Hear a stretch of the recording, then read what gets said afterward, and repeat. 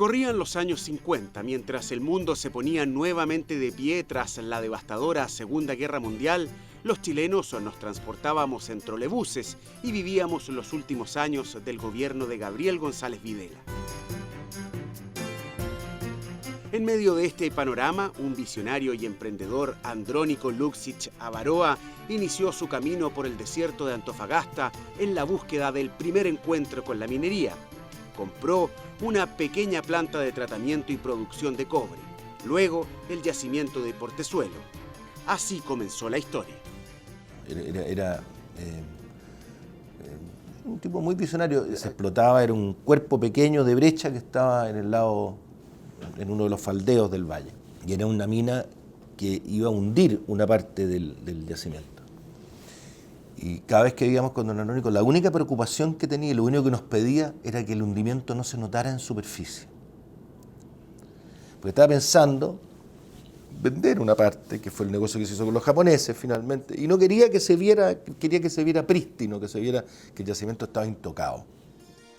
Al poco tiempo, sus inversiones en la mina Portezuelo le permitieron realizar el primer negocio importante. Un grupo japonés ofreció la compra del yacimiento.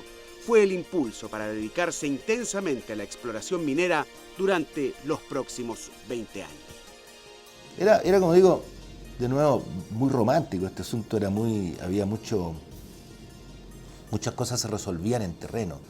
El venir a Santiago o ir de Santiago era no voy a decir una odisea, pero era más lento, ¿eh? Los teléfonos eran más lentos, no hay la comunicación que hay hoy día, no hay esta comunicación instantánea, había computador, no existía eso. Ya en la década de los 80, la visión de futuro, el emprendimiento y la audacia de este hijo de inmigrante croata y madre chilena permitió que se empezara a conformar el primer y único grupo privado de la minería del cobre con capitales chilenos, en una época difícil para la economía.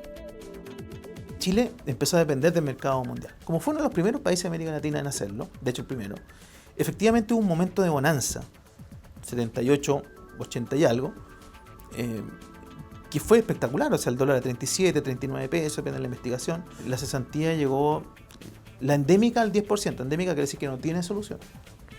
Y la variable llegaba entre el 20 y 25%, que son números que hoy día nosotros no conocemos. O sea, nosotros no sabemos lo que significa tener una cesantía de 2 dígitos. En este escenario adverso económicamente, se empieza a consolidar Antofagasta Minerals. ¿Cómo? Caminando y buscando las mejores ofertas, hasta llegar a 1982, cuando Antofagasta PLC compró un porcentaje de la fundación de la compañía minera Carolina de Michilla. En 1995 se marcó un importante hito: ser el primer grupo minero en cotizar en la Bolsa de Comercio de Londres y el primero en certificar sus cátodos de cobre, siendo líderes en el mercado. Era una época donde se trabajaba con mucho esfuerzo y con menos tecnología. Había mucho compañerismo y las cosas se hacían con muy poco presupuesto, prácticamente nada. Había un par de camionetas donde que moverse. Yo vivía con mi familia en Cabildo, entonces yo subía todos los días a la mina y bajábamos en la tarde.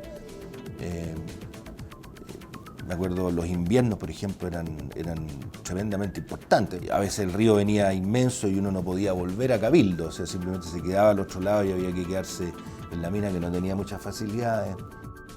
En 1999 se inicia la operación de minera Los Pelambres en la región de Coquimbo. En el 2001 se inaugura el Tesoro en la región de Antofagasta. 9 años después, en el 2010, se da inicio a la operación de Minera Esperanza en la misma región. A ello se suman nuestras iniciativas en exploraciones internacionales. Eso sin descuidar nuestras propias búsquedas nacionales, como Antucoya, un exitoso proyecto de exploración nacional que será inaugurado el 2015. En el 2014 nació Minera Centinela, que es la integración de Minera El Tesoro y Minera Esperanza, convirtiéndose así en la 7ª más grande del país. Cuando uno sale al extranjero y dice que es de Antofagasta Minerals, tiene un trato absolutamente preferencial. La gente se interesa. Esto es considerado una gran compañía y con mucho prestigio. La mirada de futuro es un camino que ya se está construyendo. potenciando nuestro crecimiento a través de proyectos como el Distrito Minero Centinela y Twin Metals en Minnesota. Seguimos creciendo e innovando.